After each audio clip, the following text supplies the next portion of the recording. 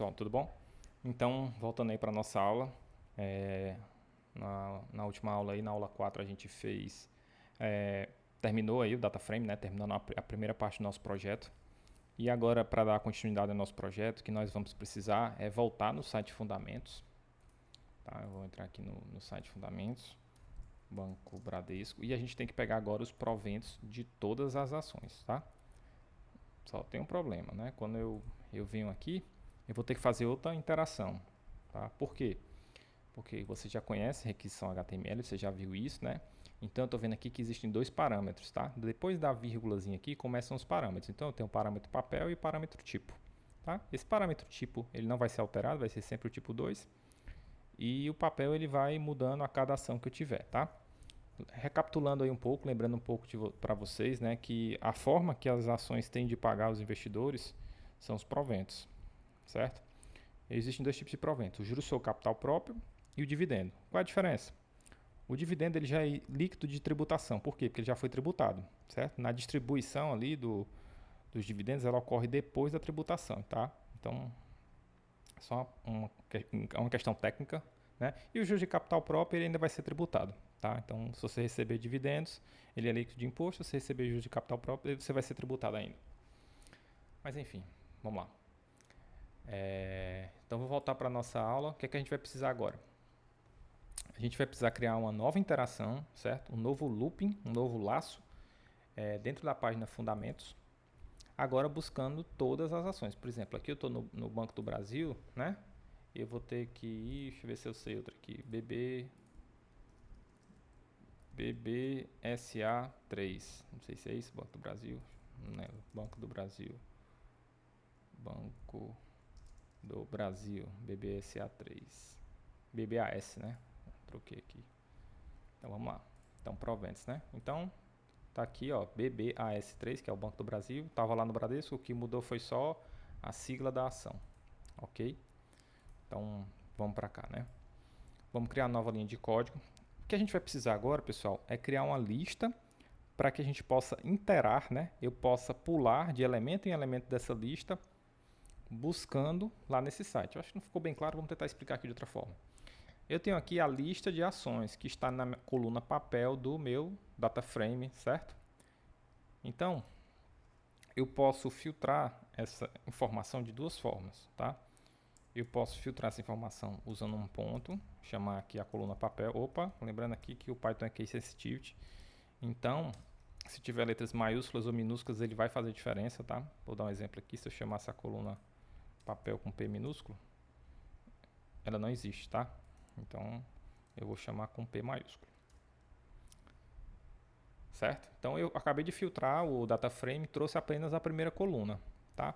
Essa numeração aqui que vocês estão vendo é o índice que está aqui, certo? Então, tem 985, né?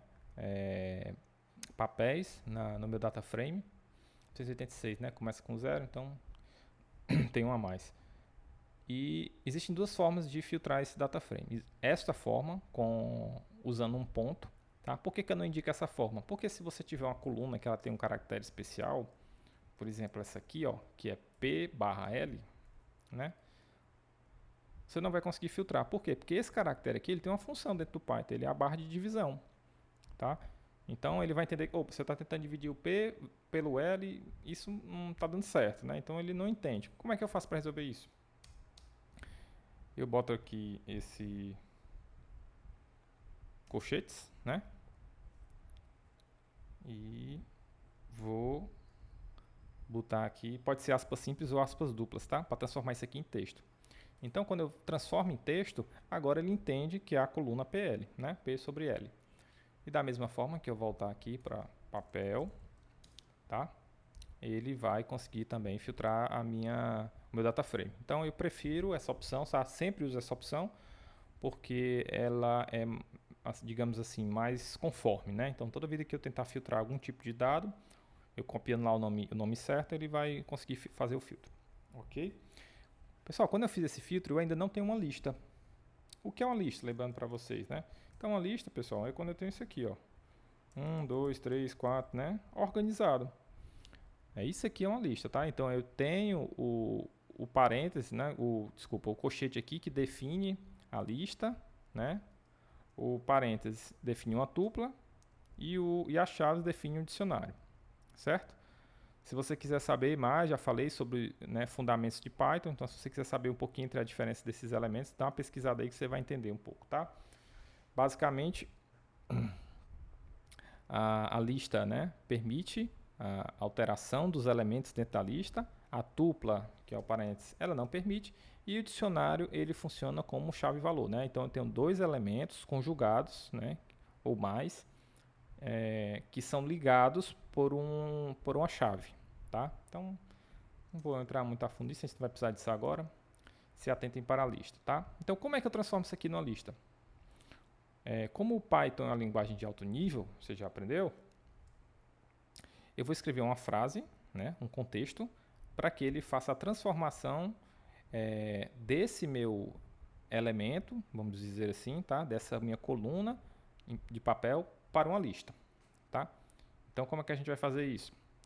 Seguinte, eu vou chamar aqui de ações, certo? E vou dizer que Python cria uma lista do data frame da coluna papel para mim. Então, pronto, a minha lista está criada. Se você quiser ver essa lista, né, eu venho aqui, dou um print, certo? E chamo aqui, ó, ações. Então agora está aqui, ó, minha lista com todas as ações organizadas, tá? Então o primeiro passo foi concluído. Vamos criar aqui uma descrição para o nosso passo, tá? Eu estou esquecendo de fazer. Então tá aqui, ó, criar lista de ações. Aqui também, né? Visualização do data frame usando o head.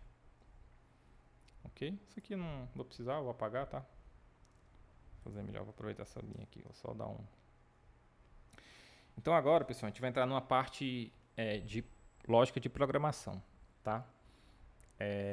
Durante esse curso que eu pretendo fazer, o que é que você vai aprender? Então você vai aprender lógica de programação, você vai aprender Python, você vai aprender análise de dados, você vai aprender Power BI e você vai aprender Excel, tá? A ideia é que você resolva um problema, não que você vire um especialista em ferramenta, ou em programação, ou em análise de dados, ciência de dados, tá? A ideia é que você resolva problemas.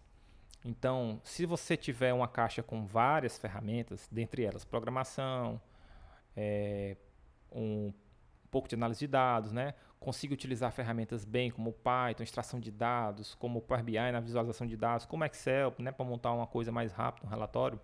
Então essas ferramentas vão lhe ajudar e muito, tá? Na sua jornada. Então a ideia é essa, que você aprenda pequenas coisas, pequenos acréscimos de conhecimento e esses acréscimos eles vão se somando, né? Então você vai aprender 1%, 1%, 1%, 1%, e esses acréscimos vão se somando. Então quando você chegar lá no final do curso, você vai ter uma bagagem muito grande de atividades que você já executou. Então quando surgir um novo problema para você, você não vai ter só uma forma de pensar como você pensava, você vai ter N formas de pensar, tá? Então agora vamos criar a nossa primeira função, tá? A gente já criou, pessoal, um algoritmo, né? Que é isso aqui, ó. Isso aqui é um algoritmo. O que é um algoritmo? É uma sequência de instruções que eu forneço para o computador para ele fazer alguma coisa, tá? Qual a diferença do algoritmo para a função? A função, eu vou dar um apelido para esse algoritmo. Em qualquer momento do código que eu chamar esse apelido, ele vai saber que eu tenho que executar uma sequência de algoritmos, certo? É só isso, né? Então, como é que a gente vai criar essa função? Então, vamos aqui, ó. Função para buscar proventos das ações, certo? Toda vez que eu escrevo a palavra def, guarde isso. Toda vez que você vê a palavra def, ele está criando uma função, certo? Então, como é que funciona a sintaxe dessa função? Eu vou escrever agora o nome da função, buscar proventos, tá? O que está dentro do parênteses é o que a função vai receber como input. Vamos dar um exemplo aqui. A função é entregar uma carta, certo? Você cria uma função entregar uma carta. Para essa função funcionar, ela tem que receber o input. Ela vai dizer para quem? Aí você vai dizer João. Então, João vai dentro do parênteses. Entregar a carta para quem? Ela vai saber. Eu vou entregar para o João, que foi a informação que eu recebi, foi João. Então, você vai ter outra função. Entregar a carta, de novo. Agora é para outro destinatário, Maria. Então, Maria vai dentro do parênteses. Entregar a carta, agora é para José. Então, José vai dentro do parênteses. Tá? A função está pronta, ele já sabe o que, é que ele vai fazer. Ele vai entrar no caminhão, ele vai ligar o carro, ele vai sair, ele vai percorrer, vai ligar o Waze, vai botar o endereço. E vai achar você lá, João, Pedro, Maria, José, quem quer que seja que eu tenho que dar como input de entrada, certo? Como informação de entrada. Ok? Então vamos lá. Então a minha entrada vai ser uma ação. Ele vai receber uma ação para fazer essa busca de proventos. Tá? E eu dou os 2 pontos. Quando eu dou os 2 pontos, quando eu dou um Enter, você vai perceber que a barrinha ela não começa mais colada, né? Lá na parede, no começo do código, como está a palavra def. Ela não está alinhada com a palavra def. Por quê? O nome disso, pessoal, é indentação, certo? Indentação. A indentação, ela cria uma hierarquia dentro do Python. Então, se eu criei alguma coisa que está depois da palavra def, significa que ela está sob a hierarquia dessa linha de cima. Até que essa instrução vá para frente ou para trás, ela está executando nessa hierarquia. Se eu mover o meu cursor para cá, ele sai dessa função de hierarquia, certo?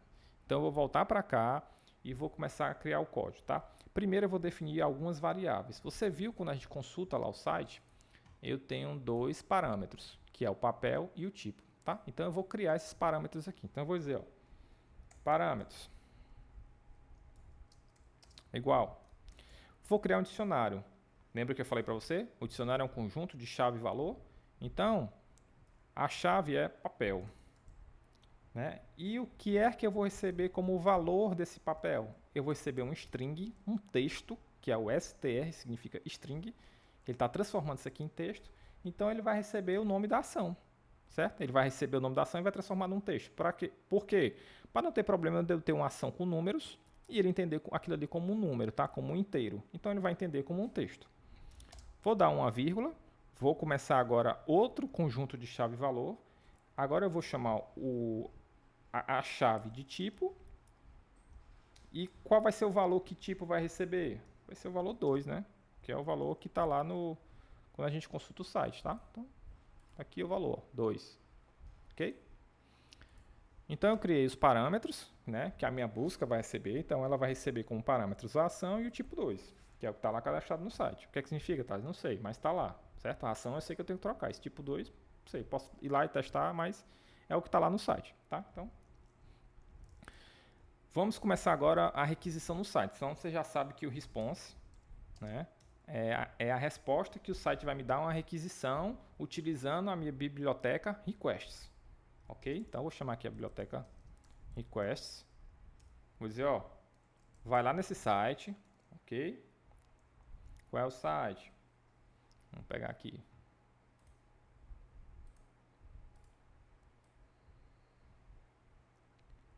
Esse aqui é o meu site, certo? Vou tentar aí, pessoal, para deixar a interrogação de fora, tá? Então, o meu site é esse. Opa, faltou H aqui. https fundamentos.com.br/proventos.php, ok? Nesse request, eu vou dar como parâmetros, né? Os parâmetros, certo? O que é que eu estou dizendo? Ó, esses parâmetros aqui, que é a função que está dentro da requisição, né? Eu vou dar os parâmetros que eu criei. Então, ele vai receber isso aqui. Ele vai entender que os parâmetros que estão aqui são esses, ok? E vou dizer que os headers é igual a headers. Pessoal, lembra para vocês que eu falei lá na aula anterior que a variável ela pode ser fixa ou dinâmica, né? Ela pode ficar lá paradinha, estática ou dinâmica. Então, como eu não defini outro headers, onde é que ele vai pegar esse headers? Lá em cima, ó. Ele vai pegar isso aqui, porque eu já defini essa variável antes. Como eu não mudei, ele vai receber essa variável agora, tá? Ele vai receber a que está lá em cima. Não mudei, né? Ah, Thales, como é que você prova isso? Então, vem aqui e escreve, ó, headers. Pronto. Ele está referenciando a variável que está lá em cima, ok? Vou apagar aqui. Então vamos lá. Criei a função, defini algumas variáveis que eu vou precisar utilizar nessa função. E agora a gente vai para o primeiro if, tá?